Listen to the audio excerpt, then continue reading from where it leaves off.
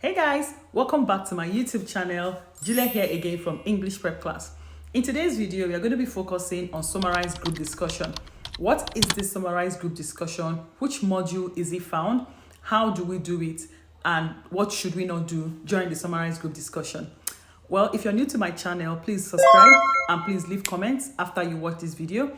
You can also give this video a thumbs up because it's free. And while you also watch, you can decide to share with as many as will need it or as many as will be writing the PTE exam going forward. Now let's get started already.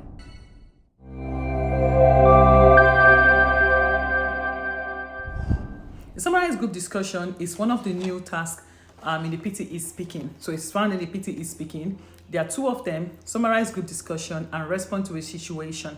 Now we're going to be focusing today on the summarized group discussion. You have 2 or 3 of these tasks on your test day, and it will be contributing scores to both the PTE speaking and the PTE listening. Now, I guess the reason why it's contributing scores to the PTE listening is because you listen to a conversation or discussion among 3 people, and you summarize it, which is the speaking part. All right? Okay. Now, while you listen to this conversation, they would always advise that you take down effective notes, because you won't remember a 3 minutes long discussion while it's going on. So the best thing to do, using their pen and the notepad that is provided during the test day, just take down effective notes. Now remember that this discussion is between 3 people. So there is need for you to divide your notebook into 3 parts, and we'll get to that very soon. All right, how are you scored for this task? You're scored 6 marks for content, 5 marks for fluency, and 5 marks for pronunciation. Now, for you to get 6 marks for content, this simply means that the response will be clear, accurate. It should demonstrate full comprehension of the discussion by paraphrasing the main idea. So the whole thing here is the main idea. So while you listen to this discussion, try to find out the main idea, first of all, like the topic, and not just the topic, the main idea by the 3 people having the conversation or the discussion. So that way you're able to get a high mark for content, which is 6 marks. The next criteria is fluency. They want you to be highly proficient, as well as the pronunciation. They want you to be highly proficient when you speak and when you pronounce the words, just like the one in the audio. Okay? Now let's look at the method. What is my method? What kind of strategies will I give you to pass this task? I simply want to say, take note while listening. I can't overemphasize on this. Now your brain will forget because you're already in a tense state. You're already a bit worried. You're very tense. You don't even know what to expect in the exam. So the best thing is to take down note. But how will you take down this note? I was able to come up with an idea. You should divide your notepad into 3 parts. Okay? Label them S1, S2, S3. So S1 should be for speaker 1, S2 should be for speaker 2, and S3 should be for speaker 3. Remember that the conversation or the discussion will be among 3 people. So it's important to divide your notes that way and rule a line across these speakers. So it will be easy for you not to make a mistake. That is by putting what speaker 1 said into what speaker 2 said. Now, if you divide your notes into those parts, it will be easy for you not to make a mistake. Now, the next thing you should do, note the topic of the discussion or the conversation. Now, the topic of the discussion, I can't overemphasize on it, is important. Let's say, for instance, the 3 speakers were discussing on time management. You can actually start your summary by saying something like, the 3 speakers were talking about time management in the university. Okay? Then you now say, speaker 1 said this. He said this. And in addition, he also said this. Then you go on to say why speaker 1 said this, speaker 2 disagreed that this did not happen, and time management is very easy for him or her. Okay, so it's important to get the topic. Now the next point here, or the next strategy here, is note the main points for each speaker. What is speaker 1 saying? The speaker 1 saying that time management is very easy for him or for her, or speaker 2 saying that she knows how to manage her time, but when it comes to study, or when it comes to allotting time for a specific day, it's difficult for her. So you need to note, I said here, note the main points for each speaker, what they agree or disagree on. You know, there's no how 3 people will be having a discussion and they will really agree on the same thing.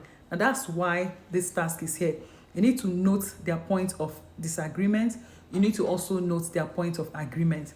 And it's going to be easy for you if you've divided the page on your notepad into 3 parts. So you're taking down effective notes on speaker 1. Now you can note them by their accents or by the tone of their voices. You may not know, they will not say this is speaker 1 talking or speaker 2 talking. Please don't get confused, especially if you're trying it for the first time. But by the tone of their voice, you will know, oh, this is speaker 1. You assign another tone to speaker 2 and assign another tone to speaker 3. I hope that makes sense. So that point of difference is very important, or point of agreement. Now, at the end of the day, all of them may even say, one of the speakers may say something like, oh, this university provides, or the university offers a course on time management. Let's all attend that course. So you can say something like, overall, they actually came to an agreement. Did you see that? By saying that they will attend a seminar on time management in the university, or on so day, on so day. You see what I've just done. Now this takes me to the next point I want to make. It's you using linking words to connect your discussion.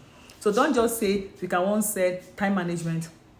He also said he goes to the gym, he goes to the library, he goes for his lecture. Speaker 2 said time management is key. He manages his skipping time. You need to connect your sentences. And how will you connect your sentences? By using linking words. You can use words like, furthermore, speaker 1 said that whenever he sets his alarm, it helps him to manage his time during weekends, but not on school days. Okay. Furthermore, he discussed that if they can all conclude to set their alarm on so day and so time, it will help them to come together to have a study group. Okay, you can use so many linking words. We have linking words like furthermore. We have things like however. However, it's like when you're trying to contrast what somebody is saying. So you can say speaker 1 agreed that he usually would struggle with timekeeping, especially when it comes to him waking up to attend his early morning lectures. However, speaker 2 said it was easy for her to wake up even without setting her alarm. So you see the point of difference, but you can see that I'm using linking words to differentiate those discussions between speaker 1 and speaker 2. So linking words are very important. They just make it look like you're in charge of your sentences or in charge of the summary, because it's connecting the sentences together. I hope that is helping you. Then the other things I want to talk about, there's some things you should not do in this task. Now, do not speak for a few seconds. Remember, you have 3 seconds to listen to the conversation or the discussion between 3 people. Okay, so you cannot speak in 40 seconds. You cannot speak in 20 seconds. So make sure that you speak for 2 minutes, because they say speak for 2 minutes. So you can't speak for 30 seconds, 50 seconds. Even if you speak for like 1 minute and 40 seconds, it's still better than speaking for 40 seconds or 50 seconds, if that makes sense. Then another thing you shouldn't do is do not confuse what speaker 1 has said to what speaker 2 has said. So that's why you need to listen attentively. I think the best thing to do is try out your hands on this task before Thursday. Don't just go into the exam thinking that you can just pull it. You can just pull it out, make it just happen. Okay. So the best thing to do is try out your hands on few of these tasks before your Thursday. That way you know what to expect. That way you know what to do. You're not getting confused by what are they saying. What am I supposed to do? Okay. It's very easy. So what I want to say here is that summarized group discussion is actually, it looks like a lot. I mean, when I first started doing it, I was like, this looks like a lot.